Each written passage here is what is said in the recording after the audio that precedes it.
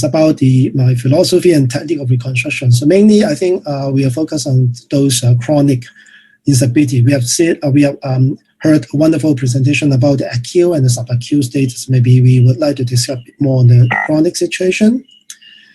The stability of the scapholinate joint is obviously depending on a lot of soft tissue, not just the interosseous ligament or the volar extrinsic ligament. We know we are just heard about the dorsal intercarpal ligament and also the distal component of the SCT ligament complex. So it is not unreasonable to talk about is not just a scapular ligament, but it's a scapular ligament complex.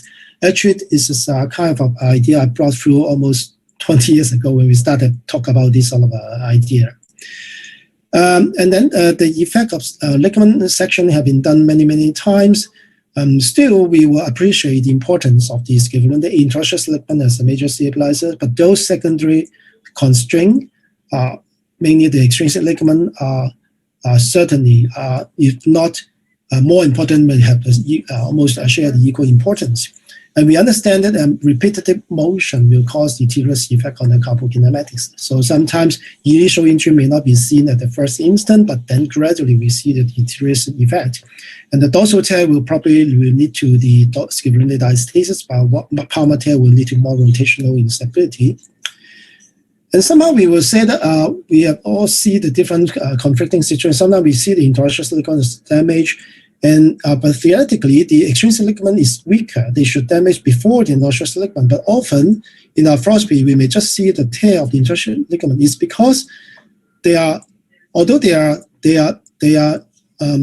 stronger, but they are also much shorter than the extrinsic ligament. So somehow when they are subjected to the injury fall, they may actually rupture before the extrinsic ligament. So in the other words, you will see the intrinsic ligament is being ruptured, and then you see the extrinsic ligament does not have any morphological damage. It doesn't mean that the extrinsic ligament is completely normal, because it can be injury from the first instant. It's just because of the force of the injury or the moment of injury may not damage the ligament, but with the deteriorous effect may comes in with a cyclical loading of the wrist.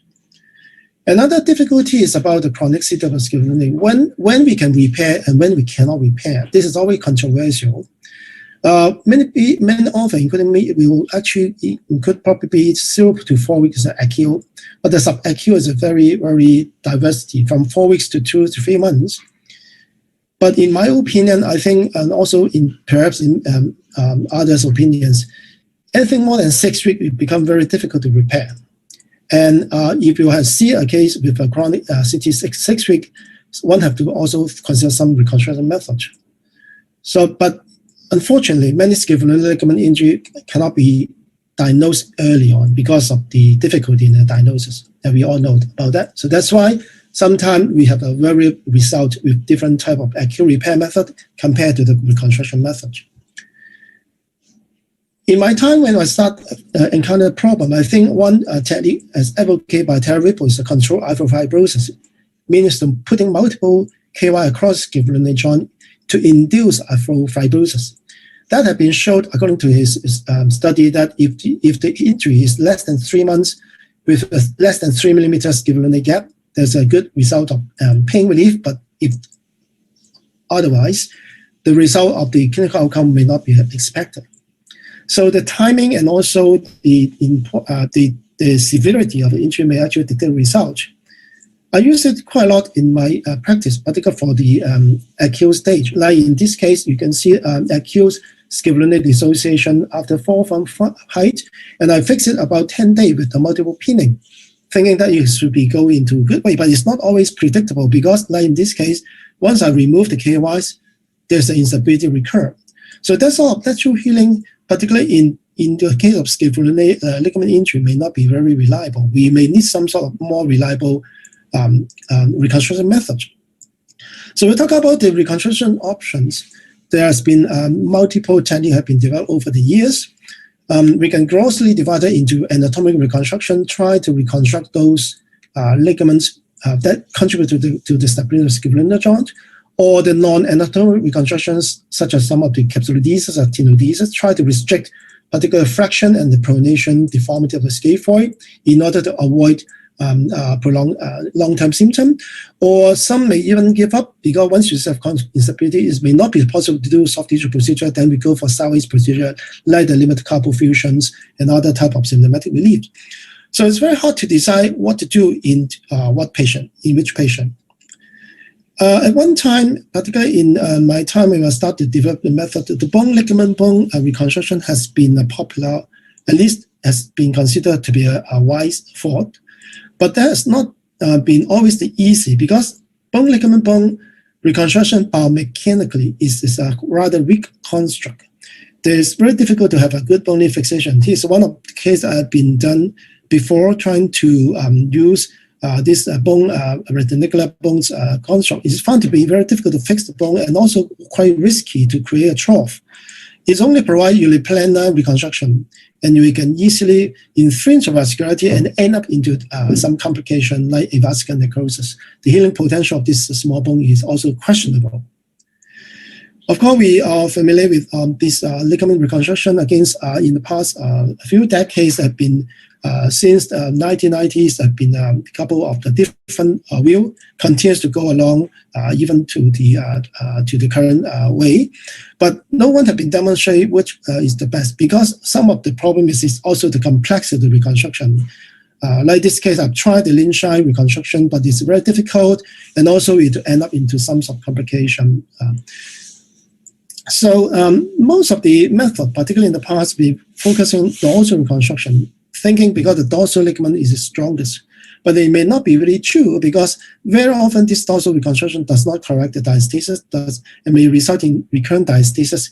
And more importantly, is actually most of this version actually limited motion and the grip strength. And as stylistic as comment, many of these reconstruction are complex but not completely reliable, and we may probably need a simpler method.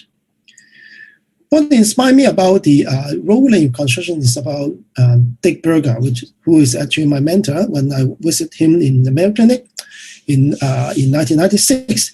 And he's actually emphasized that maybe the palmar region needs to be attended if we want to justify a rotation stabilizing agent to just a simple dorsal repair. So Dick continues to inspire me, and as well as many of the surgeons over the world. Actually, provide great ideas. So I started to search for this sort of possibility to reconstruct both dorsal and volar. By luck, I read this paper actually 2 decades ago. It is not a very eye-catching paper. It is a paper from the University of Pennsylvania of Moham's group, actually talking about using a very simple idea, using a tendon loop around the scaphoid and the lunate in 4 cadavers, actually can produce very good biomechanical outcome, almost restore the scapholunate gap to normal and improve the scaphoid and the lunate contact with radius. That has been also substantiated by another study about 9 years late after by the Scandinavian group, actually performing 2 tendon grafts along this tunnel, and actually in 90 cadavers actually demonstrate no difference in mechanical property from the normal wrist. So these are very exciting news for me, because now you can say a simple looping around the bone can produce a good result. But when looking at the clinical history, there's not been any kind of clinical series before. Retrospectively, I heard that in the Mayo Clinic, they have done similar idea in the 70s, but end up into disaster, because by making a hole over the scaphoid, proximal scaphoid, it actually invite for trouble, like avascular necrosis, like fracture, and so on. But in the era of arthroscopy now, I think we may consider again, because with the arthroscopy, we may avoid opening the joint capsule. With the arthroscopy, you can actually visualize everything inside the joint and make a decision and make the assessment. So I decided to think about in this so-called box reconstruction concept, both simultaneously dorsal and volar reconstruction with a tendon graft and the looping around the proximal scaphoid and the lunate. Advantage, we can preserve the capsule, we can just open the skin, retract the tendon, and we can keep the capsule completely intact. With the help of the image intensifier, we can actually locate and design the bone tunnel precisely. And most importantly, with the arthroscopy, we can evaluate the wrist joint, we can evaluate the stability, and then particularly after the reconstruction, we can evaluate whether the reconstruction is good enough and strong enough to provide the stability. So this is actually my first case back to almost 20 years ago. 2002 is a very severe scapular dissociation. It was a big challenge for me. And I think about this method because I know that ordinary method may not work for this patient. And so I tried 2 times in the cadaver and make sure that it worked out. So this is a complete drive-through side, no doubt. So I passed 2 tendon grafts, pull the tendon together, and immediately you can see that it gives you a very exciting feeling because once you pull the tendon, the joint comes back easily. And at that time, I still put a pin across, which actually turned out to be some mistake. And actually it was quite enjoy. And this is about 1 year afterwards, still maintaining good alignment and so on. Quite happy outcome. What about the test of time? This is almost 20 years down the road of this first case in my career. You see that radiologically there's some bound off about this gap. It's not as good as initially, but it's also not as poor as the initial. But actually, radiologically, they still maintain the stability. But most importantly, you can see clinically, he was absolutely enjoying the result of the surgery. No pain, excellent range of motion, and he was very satisfying. So even 20 years of time, this surgery could still test the challenge of times. So I think the key to success is before you can put the patient into this successful surgery, ensure that the instability is reducible. I like to use it in the intraoperative using the intraop X-ray to see that by radial and hour duration, whether the scapholunate gap can be reduced and also improve the scaphoid alignment. And sometimes in some easy case, you can see by simple using the thumb to push the scaphoid from a subluxed position, it can reduce the joint and also the DC deformity. So these are excellent case for you to consider soft tissue reconstruction. And sometimes for those more less reducible case, I often found that arthroscopy capsular release can help to improve the reduction. So like in this is a demonstration in cadaver. Typically, I will using this incision to locate the scaphoid tunnel, and then the split extensor reticulum, split the ETC tendon, and then you can locate the lunate tunnel. So that is usually quite simple. So on the volar side, I make a transverse incision, protect the median nerve cutaneous branch, and then locate the volar tunnel position. So this is under X-ray guideline. We create a tunnel at the proximal scaphoid, and also at the center of the lunate. We make the pin convergence so that we can actually help to reduce the DC deformity. Create the bone tunnel 2.5 millimeter past the palmaris longus tendon graft from dorsal to volar, and then from volar to dorsal back to the dorsal side. Put it back to the traction tower to demonstrate by pulling the tendon, the scapholunate joint can completely reduce, and then put the wrist down, maximize the tension, suture with the non-absorbable suture. So that is actually relatively simple and straightforward. Like this patient having a spot injury, failed arthroscopic reduction of the scapholunate injury at 4 weeks' time, and came back to my practice about 11 weeks. So this become difficult to treat with the acute method, so we decided to do this reconstruction method. So you can see that with this, we will actually immobilize the wrist for about 8 weeks, and then we remove, allow active mobilization. So you see this patient just by about at 8 weeks times, the patient's already just removed the space. The patient is already enjoying quite nice range of motion and also good results. So this is 8 months after the surgery. The result can be sustained. So how about with times 3 years down the road? So the radiologically, they still maintain very nice radial alignment, so indicating that the soft tissue actually reconstruction is quite robust, and also the clinical outcome is very satisfying. So we have more cases like another patient with the mechanics, 36 years of age, actually having an injury at work. Somebody did a scapholunate dissociation open repair with the suture anchor, but the pain recurs simply after 5 months' time. You can see the diastasis, dorsal translation, and DC deformity. So these are the typical patient, very tender scapholunate joints, positive grinding tests, and also with the positive Watson sign, quite significant Watson sign clung over the wrist, which can be felt by the patients. So we performed this surgery in 2015 using the same technique. Again, you can see by pulling the tendons, you can see the reduction of the scapholunate joint quite readily. And so that is the beauty of this technique, relatively simple and easy to locate those bony landmark.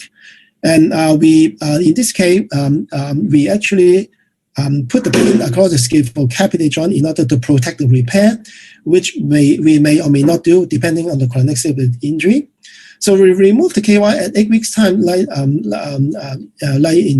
the last patient. We start mobilization at 8 weeks time. You can see we have an opportunity to review the X-ray. You can see the joint is very stable. By the time we just remove the KY, so we mobilize the patient according to our regime.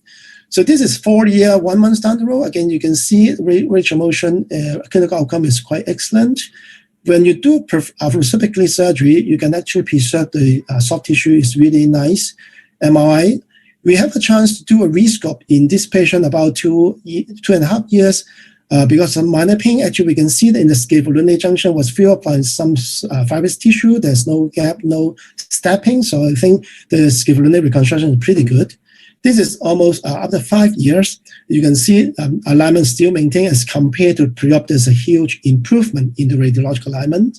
Another patient, wide diastasis of scapholunate joints, dorsal scapholunate subluxation. Clinically, very significant Watson side with clunk, repeat constant clunk on doing this Watson test and patient feeling pain at the back of the wrist. We performed scapholunate reconstruction in 2012. Same technique. This is 9 years, 7 months down the road. A very nice radiological outcome, no change over the time, and clinically almost perfect function without any pain. Last case, also similarly severe diastasis, severe subluxation, reconstruction 2010 by Dr. Wayne Lim Chair.